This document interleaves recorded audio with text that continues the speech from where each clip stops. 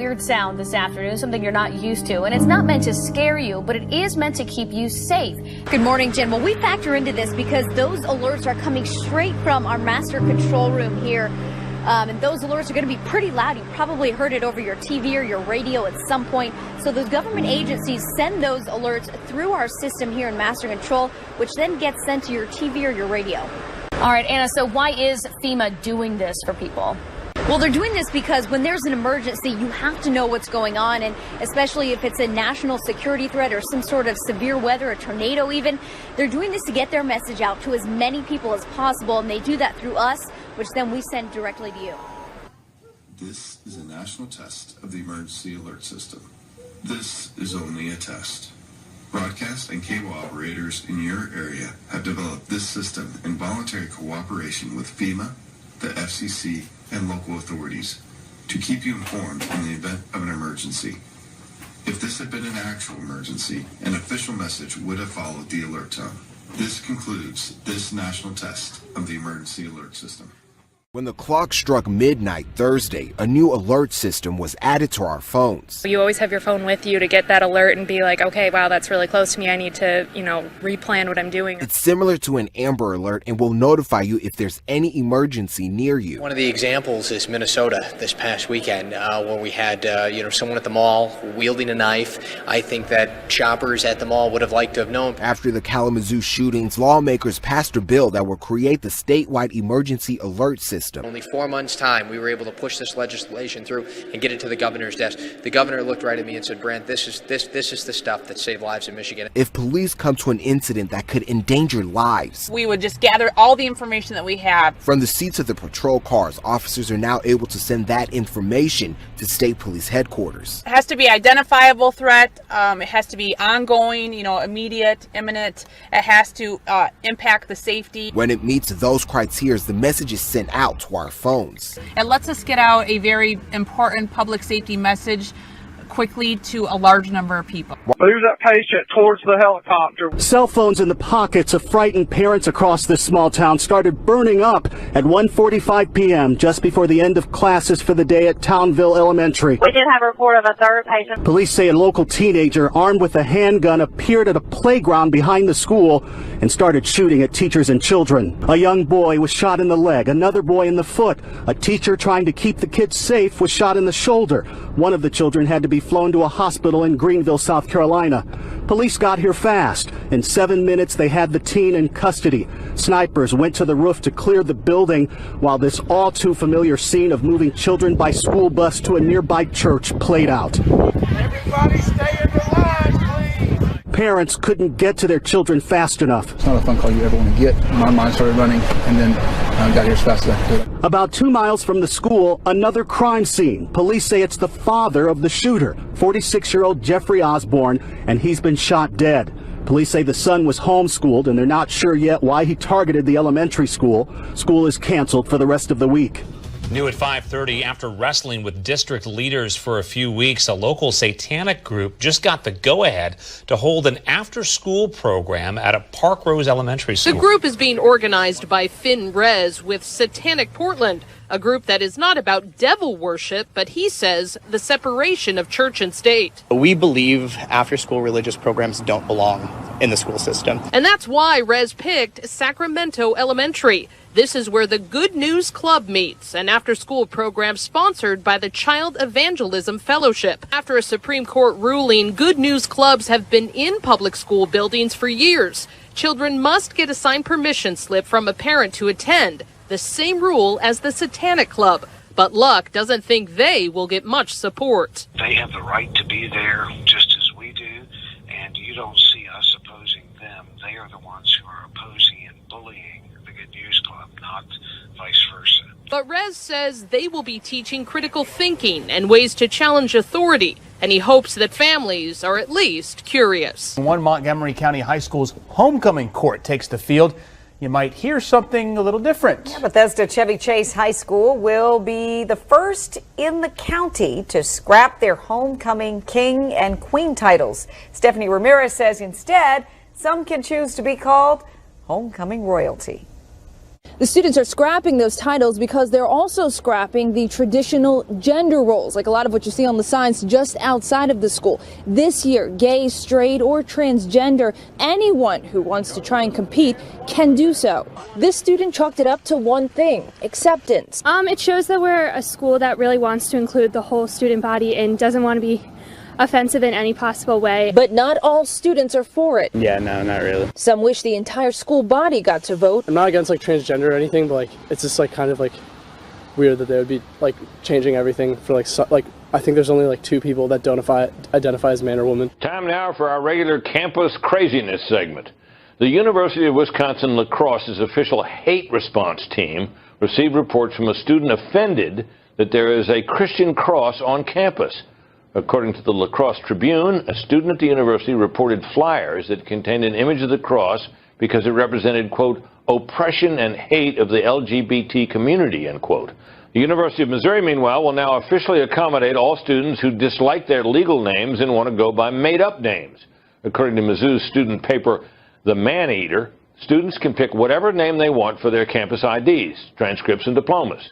A transgender student who supports the change told The Man-Eater, quote, not having people's preferred names on an ID is a safety hazard because being misgendered is a painful experience. The decision also impacts foreign students who want to go by English names. On Monday, campus craziness took to the University of Kansas, where a meeting of the Young Americans for Freedom, a conservative student group, was interrupted by left-wing protesters. Now the leaders of the conservative group, Gabe Lipinski, is the target of a profanity-laden Twitter rant.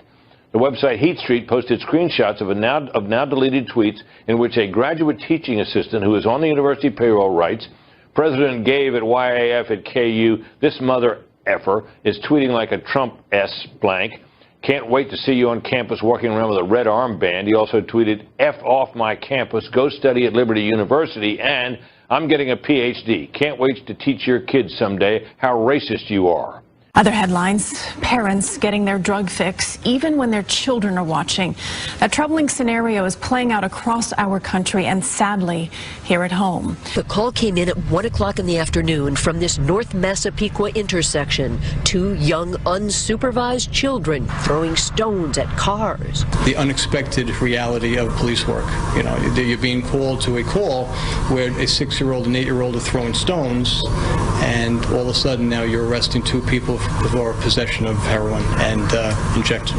Police say the children's own father, Daniel Bosco, nearby in a parked van with his neighbor, Daniel Barberis, a registered nurse, holding a hypodermic needle, preparing to inject Bosco's foot with heroin. Both men arrested on drug charges and endangering the welfare of children. They're our children, and they're well taken care of by our family. Thanks. Sadly, it is no longer a shock to see drug abusers using and collapsing in public with children in tow.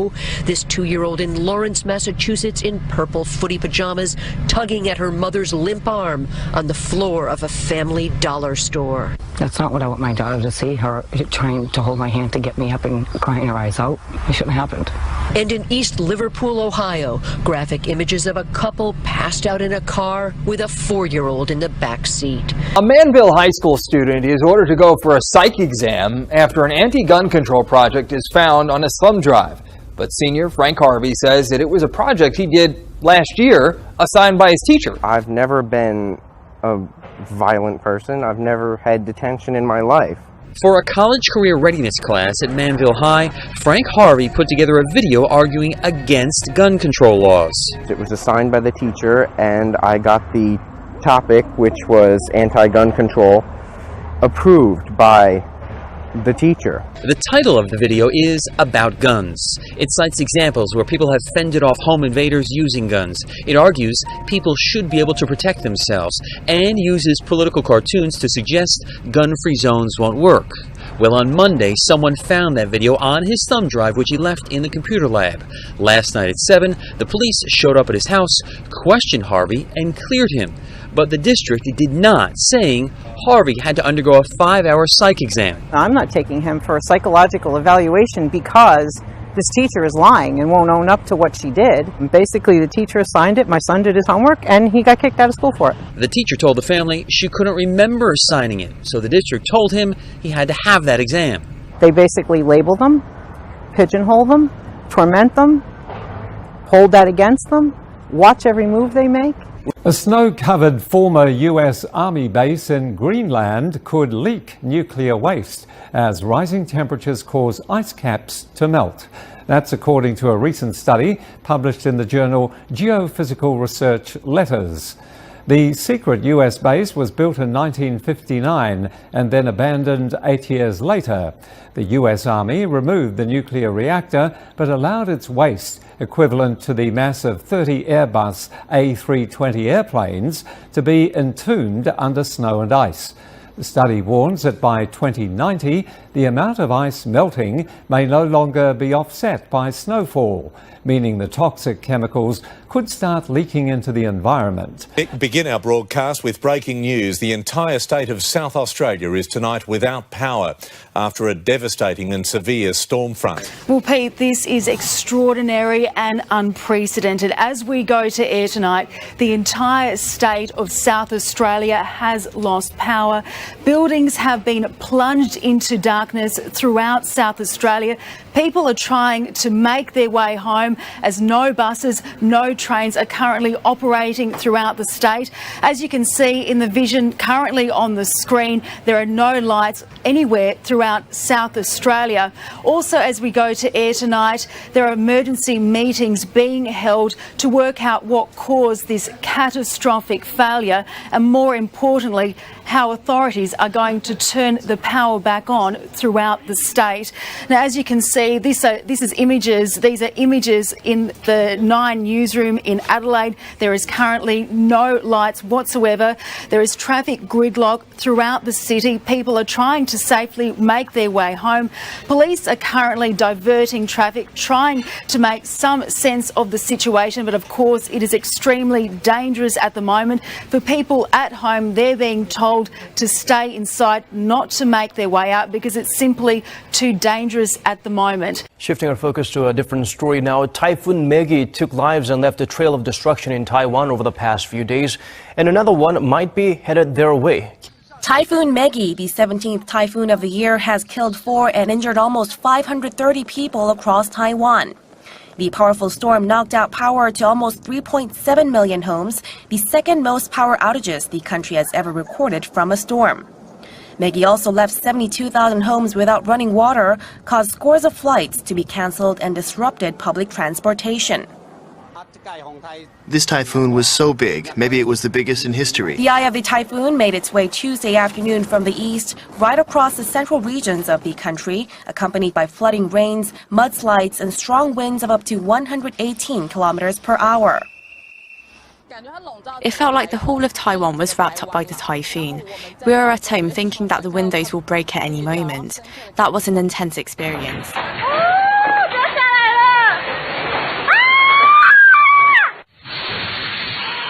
Rescue workers are still searching for at least over 100 tourists who might be trapped on an Indonesian volcano. This is Mount Barjari that we're talking about. It erupted unexpectedly on Tuesday.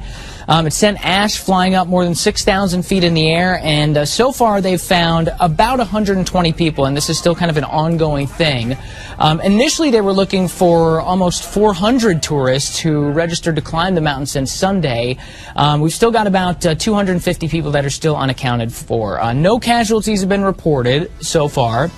Mount Barjari, in case you're not familiar, it's a popular hiking destination. It sits on the crater of Mount Rinjani, one of more than 100 active volcanoes in Indonesia, and it's located in the Pacific Ring of Fire. A huge forest fire is raging in the Irkutsk region of Siberia. Water-carrying planes have been deployed to the scene, along with 600 responders and 200 units of special equipment. The blaze has been burning since Tuesday. The Russian Emergency Ministry says the fire covers more than 400 hectares of land, most of it forest. 5 suspected members of an ISIL terror cell have been arrested after coordinated police raids in Spain, Belgium and Germany. In Barcelona, 2 individuals were detained and evidence seized. Accused of spreading propaganda and inciting attacks, the group's dedicated Facebook page apparently had 32,500 followers and was attracting 500 new users per week. Spain's Interior Minister said, "We've simultaneously dismantled a network which was spreading. It was perfectly integrated into the ISIL structure, producing terrorist propaganda, for example, video material, which, due to its cruelty, aims to create a state of permanent insecurity." Diplomatic tensions continue to escalate between the United States and Russia over the situation in the Syrian city of Aleppo.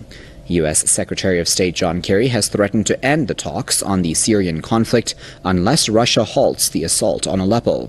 Kerry delivered the warning to his Russian counterpart Sergei Lavrov in a telephone conversation on Wednesday. According to the U.S. State Department, Kerry has also urged Moscow to take immediate steps to restore the cessation of hostilities in Aleppo. He also told the Russian foreign minister that plans to set up a joint U.S.-Russia military cell to combat terrorists in Syria would also be put on hold. In response, Lavrov has called on the United States to fulfill its obligations to separate opposition groups from terrorists in Syria.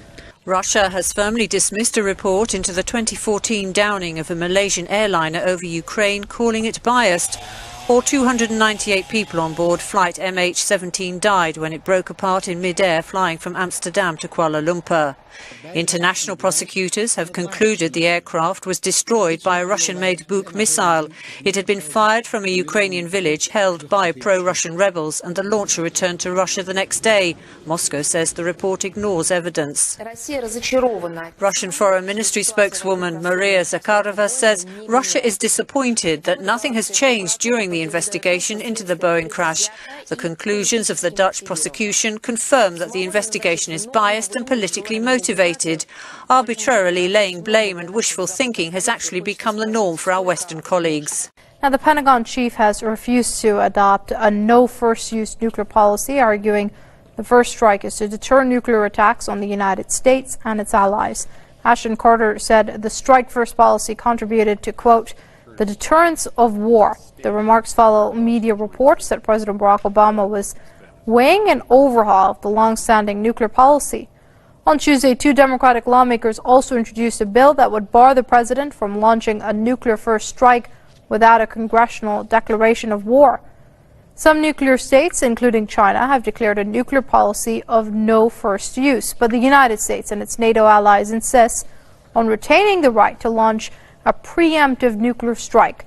The issue has been the subject of increased public debate. Leader of Iran's Islamic Revolution, Ayatollah Sayyid Ali Khamenei, says the country's armed forces must always be ready to confront enemies. Ayatollah Khamenei made the remarks during the Army's cadet graduation ceremony in the capital, Tehran.